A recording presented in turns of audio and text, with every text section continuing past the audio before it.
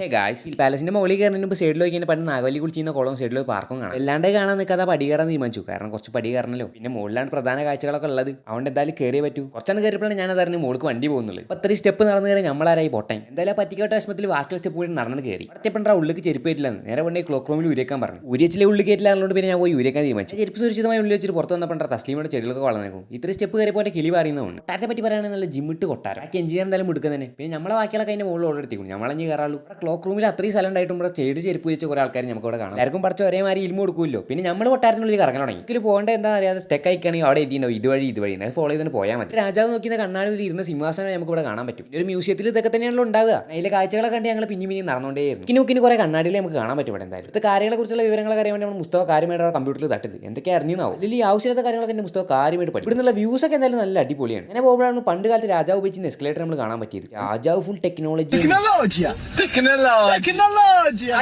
ഇതൊക്കെ കണ്ട് ഞങ്ങൾ പിന്നെയും നടത്താൻ കണ്ടിന്യൂ ചെയ്തു. ഇതൊക്കെയോ കുറെ മാപ്പുകളും കുറെ വർക്ക് ചെയ്യാത്ത മോണിറ്ററുകൾ അങ്ങനെ കുറെ സാധനങ്ങളൊക്കെ അവിടെ കണ്ടു. ഇതൊക്കെ എന്താണെന്ന് മനസ്സിലാക്കാനുള്ള ബുദ്ധി വരെ ഞങ്ങൾക്ക് ഇല്ലാതായി പോയി. ഈ സ്ഥലമാണെങ്കിൽ നടന്നിട്ട് തീർന്നില്ല. നടന്നൊരല്ലാതെ പോയിക്കൊണ്ടേയിരിക്കുകയാണ്. പക്ഷേ നമ്മൾ ടർഫയിൽ കാര്യമായിട്ട് എന്തെങ്കിലും കണ്ടുപിടിച്ചു. അത് പറഞ്ഞു കൊടുക്കുന്നത് നമ്മൾ അസ്ബിക്കാണ്. ഓളാകുമ്പോൾ പിന്നെ തിരിച്ചൊന്നും പറയില്ലോ. ഈ മ്യൂസിയത്തിലെ രാജാക്കന്മാരെ ഫോട്ടോ കാണുമ്പോഴൊക്കെ തോന്നുന്നുണ്ട് ഇത് വരപ്പിച്ചാണോ ഫോട്ടോത്താണോ എന്തേ കാരണം. ഇതിൻ്റെ ഇടയിൽ നമ്മുടെ തസ്ലീം എടുത്ത ടെക്നോളജി ആയിട്ട് അടുത്ത് കണ്ടുപിടിച്ചു. അത് രാജാവിന്റെ വിൻഡോ ടെക്നോളജി. ഇവിടെ ഫുൾ ടെക്നോളജി കൊണ്ട് കളി തന്നെ. ഒരു 5 മിനിറ്റ് മുമ്പ് പുകർത്തി പറഞ്ഞ എഞ്ചിനീയർ ഞാൻ തിരിച്ചെടുത്തിരിക്കുന്നു. ഇതിനോ വണ്ടി തൽക്കാലം സാമ്പാർ മാതിരി എന്തിനോ വണ്ടി ഉണ്ടാക്കിയ ഒരു സ്റ്റെയർകേസ് നമുക്ക് ഇവിടെ കാണാൻ പറ്റും. അതുകൂടി എഞ്ചിനീയറിന്റെ മതിപ്പാണ് പോയി. ഉടിയിൽ ജനൽ കാണാത്ത മാതിരി ഇവിടുത്തെ ജനൽ കാണിച്ചു കൊടുത്തുകൊണ്ടിരിക്കുകയാണ് നമ്മളെ തസ്ലീം. വന്ന മതിനോട് തസ്ലീമിന് കാര്യമായിട്ട് എന്തൊക്കെയാ പറ്റിക്കുന്നു. മാടമ്പള്ളിയിലെ അടുത്ത മനോരോഗ്യമുള്ള പരിപാടിയാണ്.